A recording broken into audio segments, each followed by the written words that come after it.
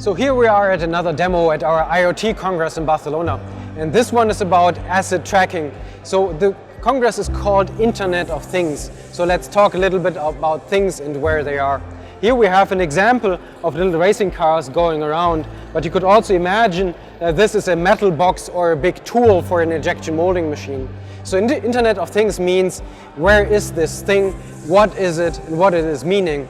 And we help you with our Mica and our RFID solutions to know where things are, to find them again, and to have the history of where it has been.